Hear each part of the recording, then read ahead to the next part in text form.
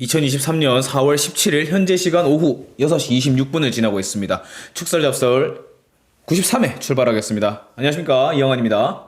오늘은 저 혼자 진행을 하려고 해요. 지금 종민이 형은 어차피 저 캠핑을 가서 놀러 갔기 때문에 연차 쓰고 갔기 때문에 저 혼자 진행을 하려고 합니다. 한 주간에 근황이라기보다는 딴 건 없어요. 근황은 없고 그냥 단지 한 주 동안 또 축구 보면서 지냈다, 이런 말씀 드리고 싶고, 다른 것도 이제 댓글이라든지 이런 거 읽으면서 오프닝 토크를 진행해 보도록 하겠습니다. 첫 번째로 일단은 대구 다개돌이 사장님께서 또 묶어서 한꺼번에 1,500원을 또 후원을 해주셨습니다. 항상 또 감사드립니다. 어서 오시고, 그 다음에 컴백 에드 갓성원님 댓글을 남겨주셨는데, 딥팍 시대 듣고 왔습니다. 해축보다 국대보다 국축을 좋아하는 대구 FC 팬이라서 K리그 개막 프리뷰편 먼저 들어봤습니다. 번창하시고 K리그도 자주 다뤄주세요 하면서 저한테 1,000원 또 후원을 해주셨습니다. 항상 감사드립니다. 딥팍 시대를 갔다 오고 난 뒤에 딥팍 시대에 대해서 자세하게 이렇게 후기를 제가 또 말씀을 못 드렸었어요. 말씀드릴 기회가 있긴 했었는데 피치 못하게 조금 안 됐었는데, 딥팍 시대에 갔다 오고 난 뒤에 조금 사실 지금 갓성원님 같은 경우에도 딥팍 시대로 유입이 된 분들도 있고, 저처럼 K리그를 좀 저보다 이제 K리그를 조금 관심 있게 지켜보시는 분들도 많았고, 생각보다 또 조회수도 K리그 관련해서 최근에 좀 많이 나오고 있어요. 그만큼 또 국내 축구에 대한 그런 인기몰이가 조금 되고 있다는 반증이 아닐까 싶습니다. 그런 것도 있고, 또 오늘 이제 93회는 31라운드 이제 얘기를 다뤄보면서, 그리고 32라운드 프리뷰까지 한번 다뤄보는 시간을 가져보도록 하겠습니다. 일부러 바로 넘어가 볼게요. 자, 31라운드 결과입니다. 31라운드 결과입니다. 첫 경기 이제 8시 반에 열렸었던 아스톤 빌라와 뉴캐슬과의 경기 3대 0으로 승리를 가져왔습니다. 제이콥 램지, 올리 와킨스의 멀티골을 겸해서 이제 3대 0으로 승리를 가져왔고, 첼시 브라이튼은 브라이튼이 훌리오 엔시소의 결승골로 2대 1로 승리를 가져왔습니다. 이 엔시소의 원더골도 있었고, 그 다음에 첼시 같은 경우에는 홈에서도 브라이튼한테 패배를 당하면서 아직까지 램파드가 뭔가 좀 반등할 수 있는 기회를 쉽게 보여주지 못하고 있다는 얘기도 어느 정도 좀 얘기가 되고 있고 합니다. 다음 에버튼 풀럼이 최근에 부진하고 있었고, 에버튼 같은 경우에는 이제 칼버트 루인의 복귀가 예상이 됐었지만, 어쨌든 칼버트 루인은 이번 경기에서도 이렇다 할 활약 이런 것도 보여주지 못했고, 그 다음에 최근에 이제 풀럼도 부진을 하고 있다고 하지만 해리슨 리드라든지 해리 윌슨 이런 선수들이 굉장히 또 이번에도 득점을 했었기 때문에 풀럼이 구디스파크 원정에서 또 값진 승리를 가져올 수 있었지 않을까라고 생각을 합니다. 그 다음에 이제 이거죠. 31라운드에서 이변이라고까지는 말씀을 안 드리겠습니다. 왜냐하면 이변이 아니거든요. 토트넘은 늘 그래왔으니까. 토트넘은 늘 그래왔었고, 전반기 때 벤탄쿠르의 결승골로 3대2로 극장골로 3대2로 짜릿한 역전승을 가져왔었지만, 역시 원정에서 따온 승점 그대로 홈에서 헌납했습니다. 전반 14분에 손흥민 선수의 득점이 있었습니다. 손흥민 선수가 100호골, 프리미어리그 통산 100호골을 넣고 난 뒤에 2경기 연속골을 넣었었는데, 그럼에도 불구하고 비냐 솔랑케의 득점 이후에 단주마의 리그 데뷔골, 그 다음에 후반 막판에 오와타라 당고의 결승골로 본머스한테 덜미를 잡히면서 챔스권도 사실 지금 장담하기 굉장히 힘든 상태로 지금 가고 있습니다. 잔여 경기가 한 7경기, 8경기 정도 남았는데, 토트넘은 지금 이렇게 경기력적으로 개선되는 모습을 보여주지도 못하고 있고, 이렇게 좀 약간 강등권에서 싸우고 있는 팀한테도 압도하는 경기력을 보여주지 못하면서 이렇게 또 패배를 하게 됐습니다. 사실 전반기 전에도 토트넘한테 본머스가 굉장히 잘 때렸었죠. 키퍼무의 멀티골도 있었고, 다만 이제 수비에서 조금 아쉬운 모습이 있었기 때문에 토트넘한테 역전패를 당한 건데, 이번에는 반대로 본머스가 공격적으로 좀 토트넘의 수비를 계속 좀 괴롭히면서 역전승을 가져왔습니다. 경기 한번 살펴볼게요. 뭐 아까도 말씀드린 것처럼 전반기 때 당한 거 그대로 갚아줬다고 했습니다. 손흥민 선수가 전반 이른 시간에 선제골 넣었고, 스킵이 전반 초반에 손흥민 선수보다 잠깐 작전판 좀. 손흥민 선수보다 조금 더 위에 올라가면서, 손흥민 선수가 여기 있으면 스킵이 요까지 지금 박스 외곽까지 올라가면서 본머스 수비진을 굉장히 압박을 해줬었고, 그러면서 이제 뭐 페리시치가 뭐 컷백 플레이가 나왔고, 손흥민 선수가 득점을 했는데, 문제는 이제 페리시치가 손흥민 선수와의 그 조합, 한 골 이후에 늘 똑같은, 페리시치는 뭐 정박 크로스, 그 다음에 모르겠습니다. 왜 그렇게 하는지 모르겠는데, 왼발과 오른발을 섞는 프리킥을, 뭐 코너킥이라든지 뭐 세트피스 상황을 연출을 하는데, 왜 그렇게 하는지 도무지 이해가 되지 않는, 정말 그 오른발과 왼발을 자유자재로 사용할 수 있으면 크로스 패턴도 조금은 변화를 줄 수 있을 법한데, 전혀 그렇게 하지 못하고 오로지 왼발, 박스 안쪽에 받아주는 선수 오로지 케인, 이랬는데 그걸 자꾸 크로스로 올리고 있었고, 뭐 손흥민 선수가 박스 바깥으로 나오면서 본인이 좀 슈팅하기 좀 좋은 위치에서 있었음에도 불구하고, 페리시치는 그 컷백 뭐 혹은 박스 바깥으로 빼주는 패스를 하지 못하면서 경기가 그냥 지지부진하게 왼쪽에서 진행됐었고, 클루셰프스키 역시 우리가 지난 시즌에 봐왔던 클루셰프스키와는 조금 다른 모습의 클루셰프스키를 보여줬었습니다. 본머스가 아무래도 뭐 클루셰프스키의 패턴을 간파한 게 아닐까 싶은데, 왼발로 접고 나서 크로스로 올리는 그 부분에 있어서 뭐라고 해야 될까요? 본머스 수비진들이 클루셰프스키를 굉장히 잘 효과적으로 막았다. 클루셰프스키가 이렇게 나왔을 때, 클루셰프스키가 요 상태에서 접을 때 이제 본머스 수비진들이 클루셰프스키의 그 발을 좀 차단해주면서, 이 길목을 차단하면서 그 플레이를 가져가다 보니까, 클루셰프스키가 본인의 템포를 가져가지 못하면서 결국 뭐 효과적인 공격들이 나오지 못했었습니다. 그리고 이 경기에서 사실 이 공격진들의 문제보다는 수비진들의 문제가 굉장히 컸었죠. 뭐 랑글레가 이제 부상을 당하면서 산체스가 들어왔었는데, 산체스가 들어오면서 로메로가 왼쪽으로 이동을 했었죠. 왼발 빌드업도 일단은 실종이 됐었고, 그 다음에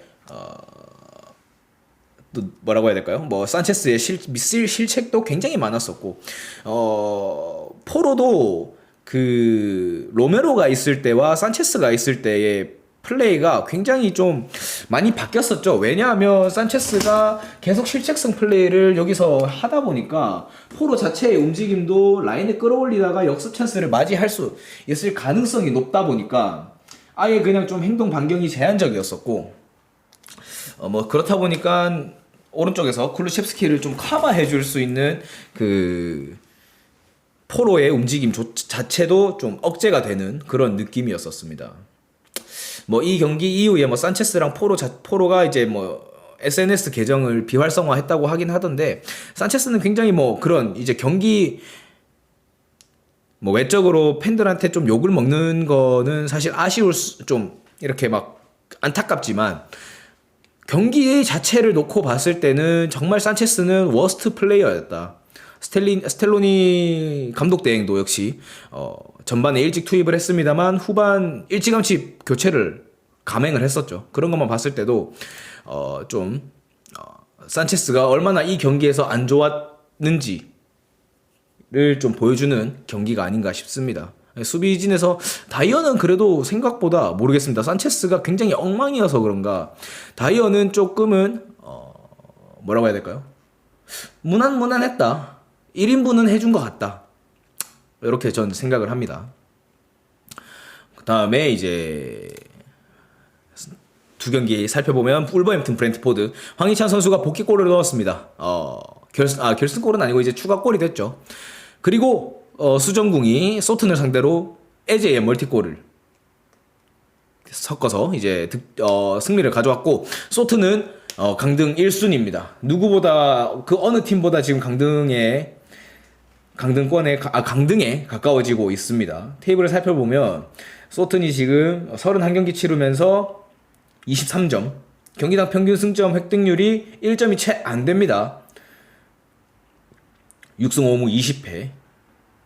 감독을 좀 많이 바꿨었는데 중간에 뭐 하센리틀도 바꿨었고 한 차례 경질이 또 한 번 있었었죠. 그럼에도 불구하고 아직까지 반등의 기미를 보이지 못하고 있습니다.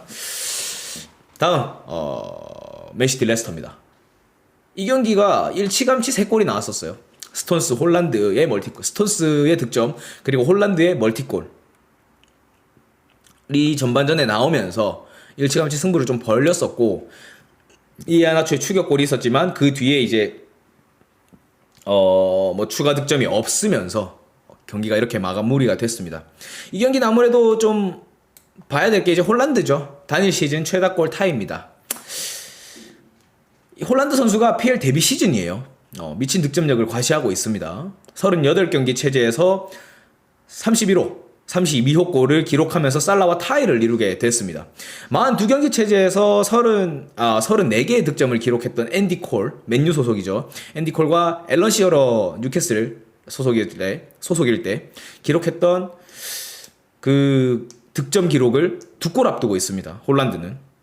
아직 8경기가 남았어요. 맨시티가 지금 8경기가 남은 상태에서 홀란드가 이 득점을 경신할 것이라고 예측을 안 하는 전문가들이 없을 정도로 굉장히 미친 페이스를 보여주고 있습니다.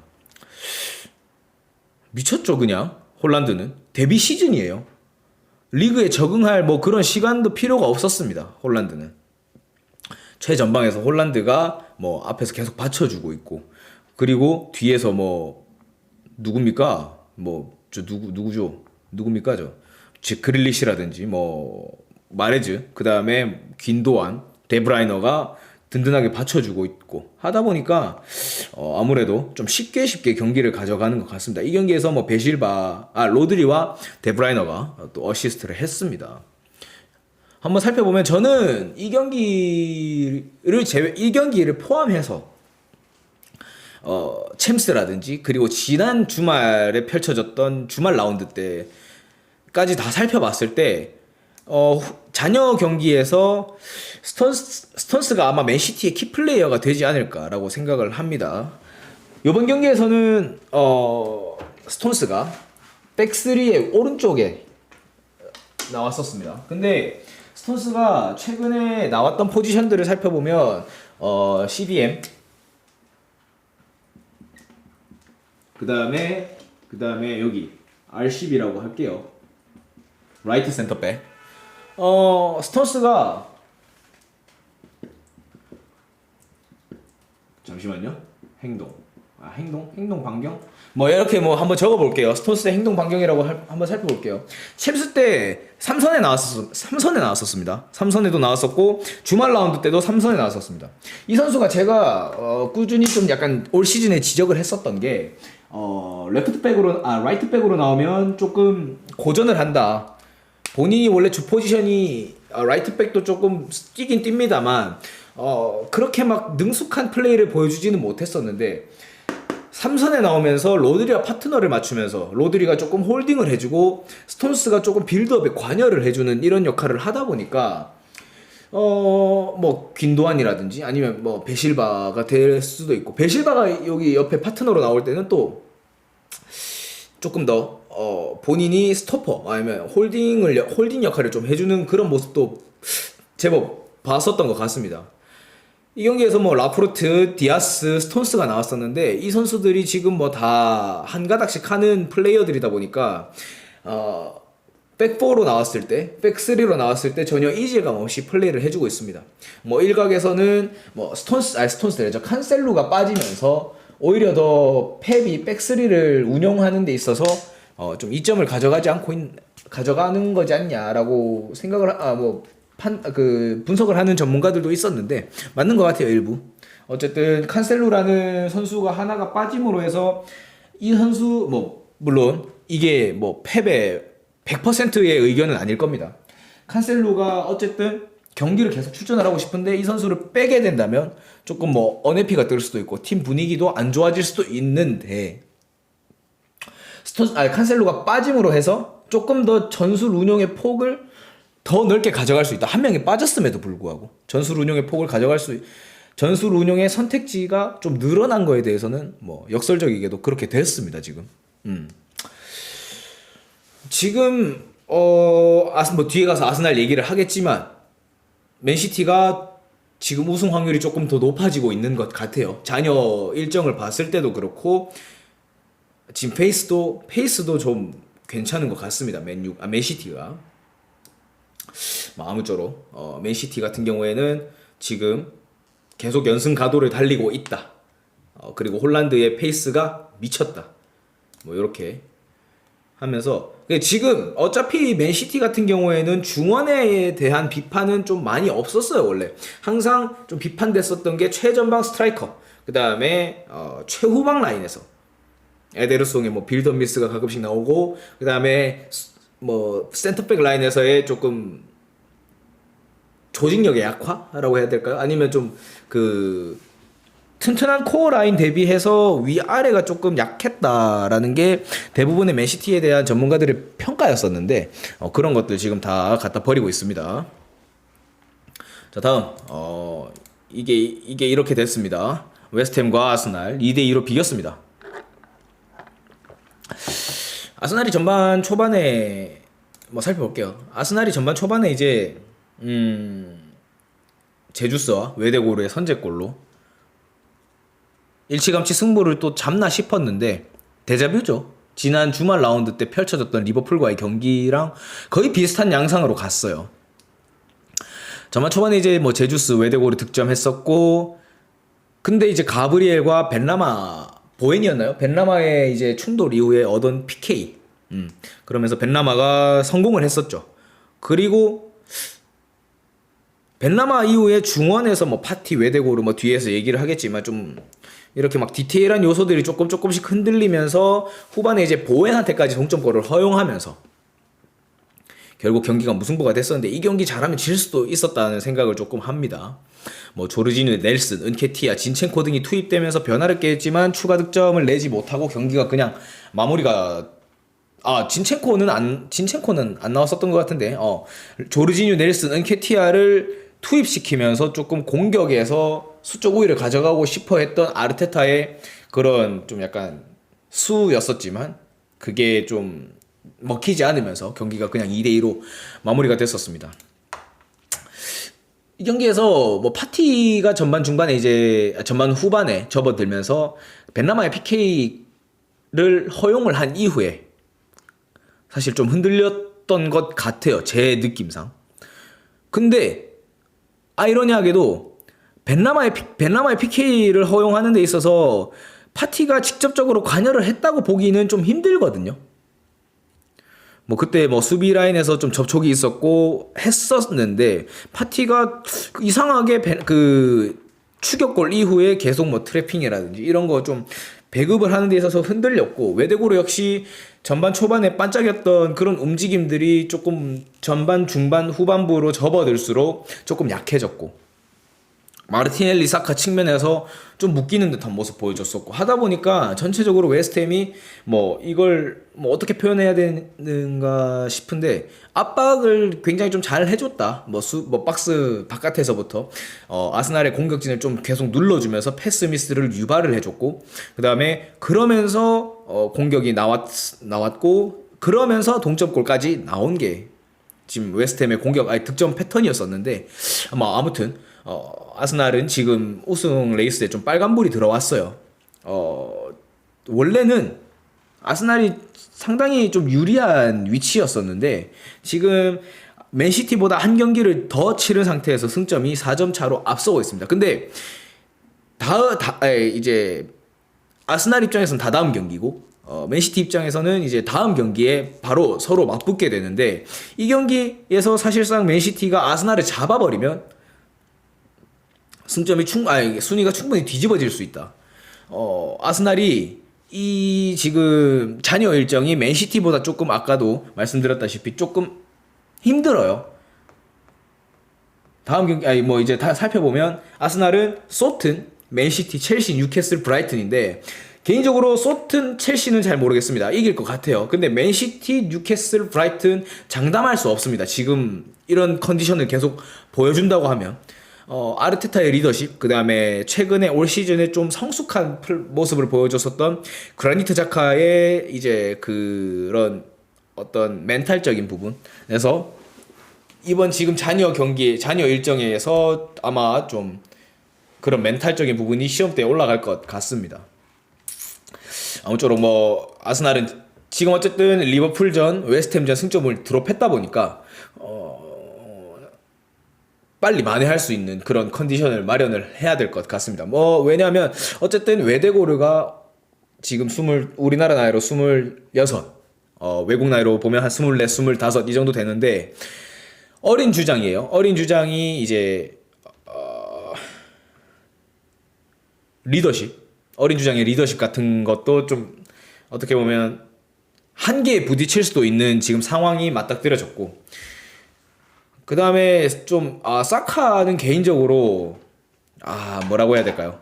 개인적으로 좀 다시 트라우마가 PTSD가 왔다고 해야 되죠. 요즘 말로 PTSD가 온 것 같은데 PK를 실축을 했어요. 만약에 요번에 그 사카의 PK가 성공을 했었다면 승리를 가져갈 수 있었을 거고 맨시티와의 승점 차를 유지를 할 수 있었을 건데, 일단 사카의 PK가 실축이 되면서 이 경기가 무승부로 끝났고, 그러면서 결국 향후 남은 일정에서 순위가 충분히 뒤집어질 가능성이 있다 보니까 2020 유로 때처럼 사카가 또 한 번 본인의 실수로 인해서 이렇게 우승컵을 놓치게 된다고 하면, 물론 아스날 팬들 입장에서는 사카가 굉장히 올 시즌에 잘해줬었고 리그 10 달성했었는데 뭐 제가 이렇게 비약을 하는 걸 수도 있습니다만 좀 사카 입장에서는 굉장히 큰 트라우마로 남을 거고, 앞으로의 이제 본인의 커리어를 쌓아감에 있어서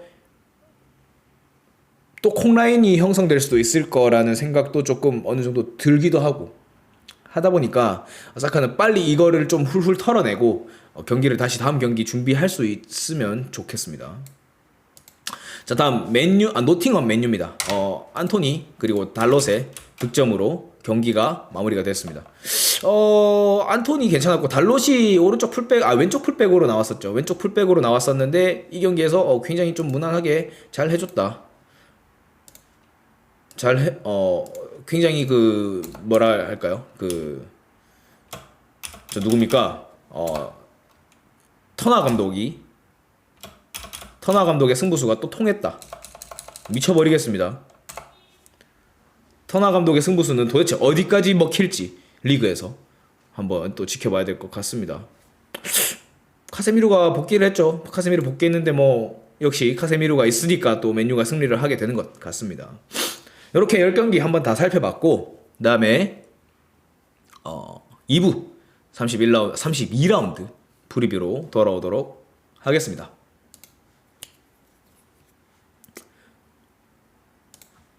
2부 32라운드 프리뷰입니다. 첫 경기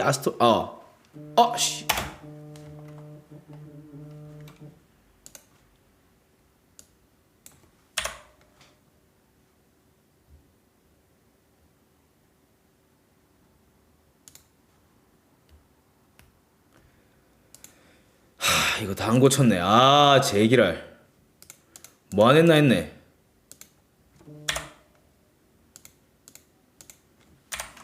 잠시만요.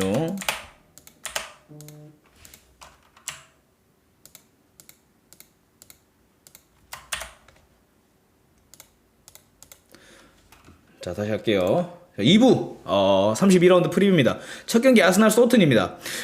아스날은 어쨌든 지금 소튼 22를 상대로 승리를 가져와야 될 거고, 그 다음에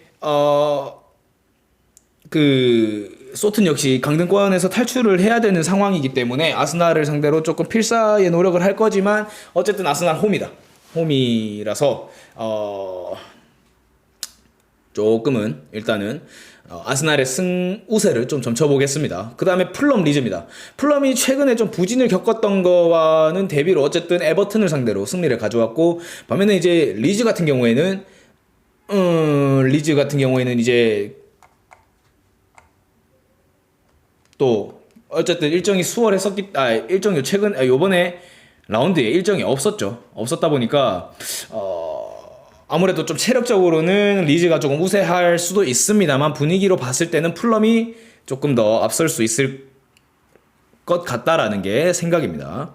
다음 이제 브렌트포드 아스톤 빌라인데 아스톤 빌라가 굉장히 최근 했어요. 에밀리 감독 부임 이후에 7승 1무 2패입니다. 최근에.